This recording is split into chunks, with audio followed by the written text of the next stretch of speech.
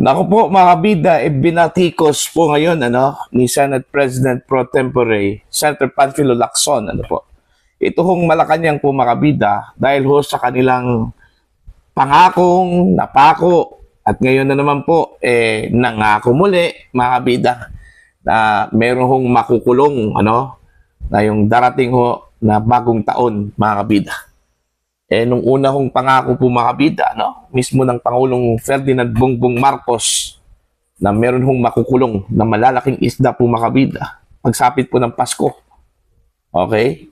Wala hong nangyari. Kaya nga, medyo hindi hong maganda ang templada po mga kabida ng paningin po ngayon ni Senator Panfilo Lacson dito ho sa Malacanang, mga kabida, Kaya, yun, binatikos. Ito, selective justice. Ito yung article po ng Politico, mga kabida. Lacson slams palace over broken promise to jail big fish before Christmas. Ayun, yung kakampi po nila, itong si Lacson po mga kabida, medyo nairita na rin. Dahil tila yung pangako po mga kabida, napako talaga, Ewan ko ba kung deliberately done ito o sadyang hindi lang talaga na-meet yung deadline mga kabida, Kaya wala hong nakulong. Ngayon, extended yung kulong promise, by New Year na po instead of Christmas mga kabida. Ito, ang full article po ng The Politico, mga kabida.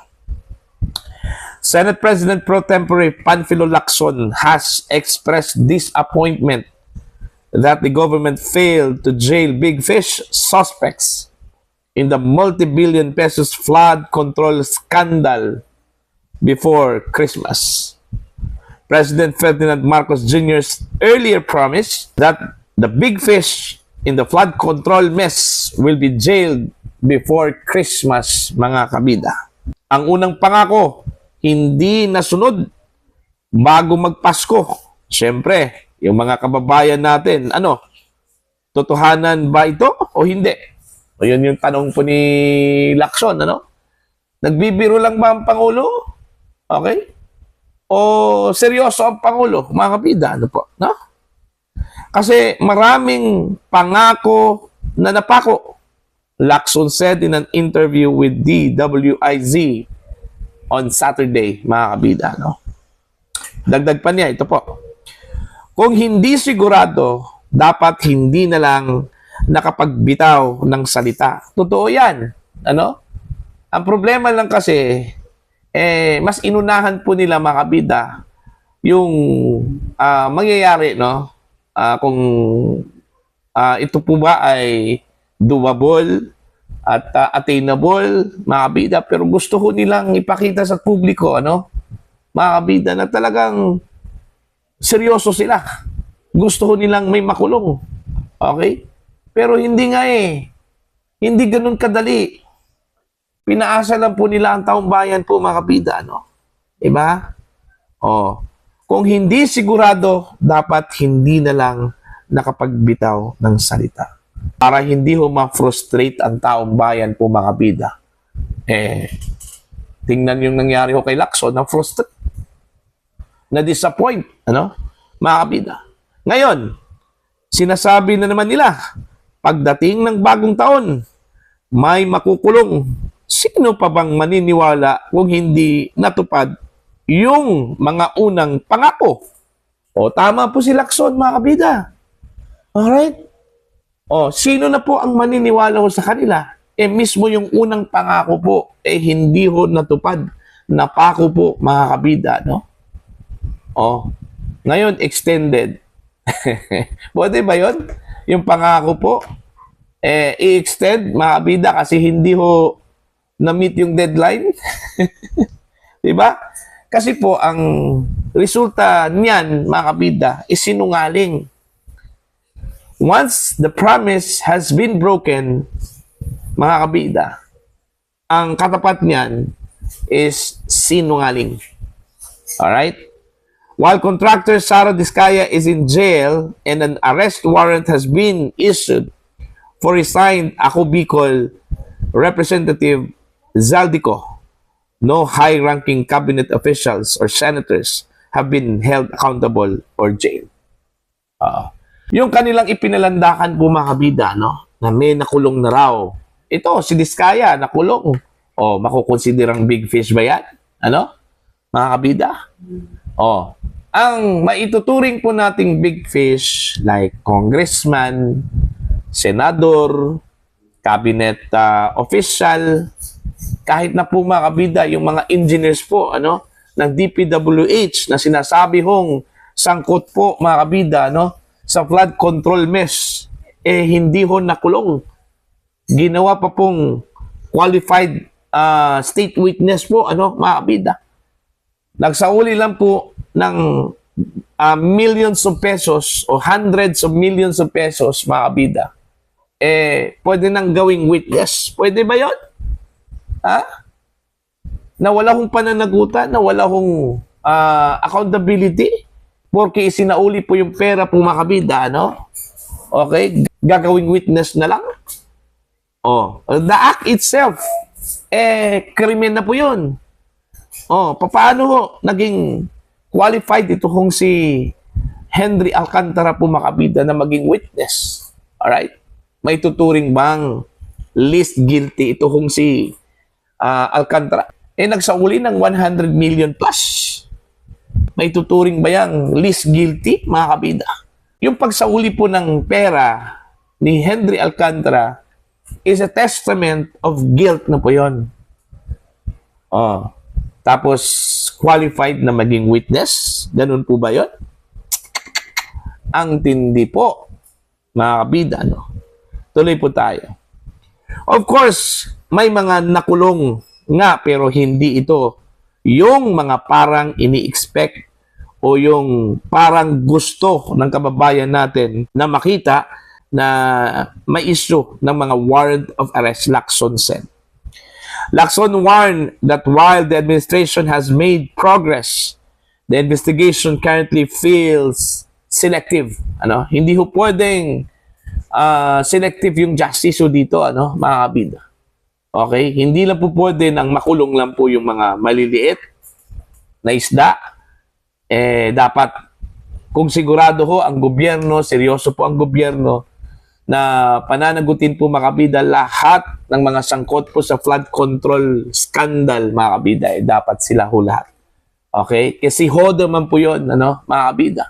Okay? Wala hong pakialam dapat kung kamag-anak ba ng Pangulo, malapit ba sa Pangulo, o kaalyado ng Pangulo, wala ho dapat pakialam po doon. Dapat lahat, kung sino man po yung sangkot at nagkasala po sa batas, mga kabida, dapat parusahan at dapat po pananagutin po, mga kabida, sa batas. Alright? He urged the palace to stop protecting its own and instead conduct a genuine internal investigation into some cabinet officials' role in budget insertions that allowed ghost projects to happen. Ayan. Sa halip po, naprotektahan po nila itong mga opisyal po ng ehekutibo na isinangkot po mga kabida sa budget insertions, dapat mag-imbestiga ho ang gobyerno. Yung totoong investigasyon talaga. Kung meron man po silang create po na independent commission, sa perception po ng taong bayan, hindi po yon independent commission eh. Okay? Yung totoong independent talaga, mga kabida, na wala hong ties sa executive branch, sa legislative branch, Okay? Pwede ho. Ang magtayo ho dyan, mga kabida, yung judiciary, na wala naman pong concern doon ho sa executive at saka legislative. Mas kapanipaniwala po, mga kabida. Pero kung ang magtatayo po, mga kabida, executive o di kaya legislative branch, walang patutunguhan yung investigasyon na yan, mga kabida. Alright? Eto. I shared the disappointment of our citizens sa nangyari, Lacson said. So disappointed po si Lacson, mga kabida, dito ho sa pangakong napako po ano ng palasyo po ng Malacanang. Mismo pangulo po unang nangako po dito ano. Alright, ngayon ipinangako na naman po nila na may makukulong na raw sa bagong taon. Tingnan po natin 'yan ano. Baka naman po mas strike to po itong Malacanang po mga kabina no. At baka wala na pong maniniwala ho sa kanila ano po. Dito ho sa kanila hong pangakong napako, pangakong hindi ho tinupad, mga kabida. Okay.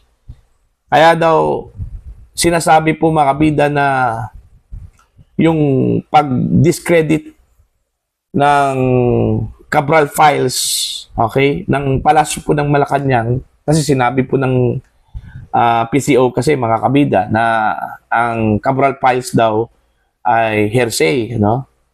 Ang tanong po, bakit nasasabi ho nilang hearsay? May mga ebidensya ba doon na natumbok po makabida? At ang tinamaan po, yung mga kaalyado po nila? Okay? Yung mga cabinet secretaries po nila? Yung mga undersecretaries po nila? Ano, mga kabida? Is it a testimony of protecting their own people? Ano, mga kabida? Yun yung malaking tanong po doon. Ang dami talagang tanong na konti lang po yung sagot po mga kabida. No? Okay? So sana po, maging lesson learned po ito mga kabida. Hindi lang po sa mga politiko, kundi pati na rin sa gobyerno. Tama yung si Lacson, ano? Kung hindi man po sigurado doon po sa gusto hong makamit po ng gobyerno, ano, mga kabida, wag hong isa publiko. Okay? Wag hong magsalita ng patapos.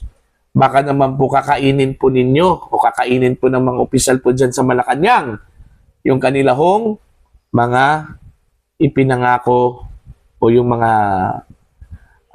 salita, mga kabida, na kanilang binitawan po, ano, mga kabida. Katulad na lang po dito sa kanilang promise. Kaya nga, naniniwala na po talaga ako, mga kabida. Promises are made to be broken. Alright? Okay, para po sa inyo, ano po ang inyong opinion at pananaw ho, mga kabida, patungkol ho dito? Please comment down.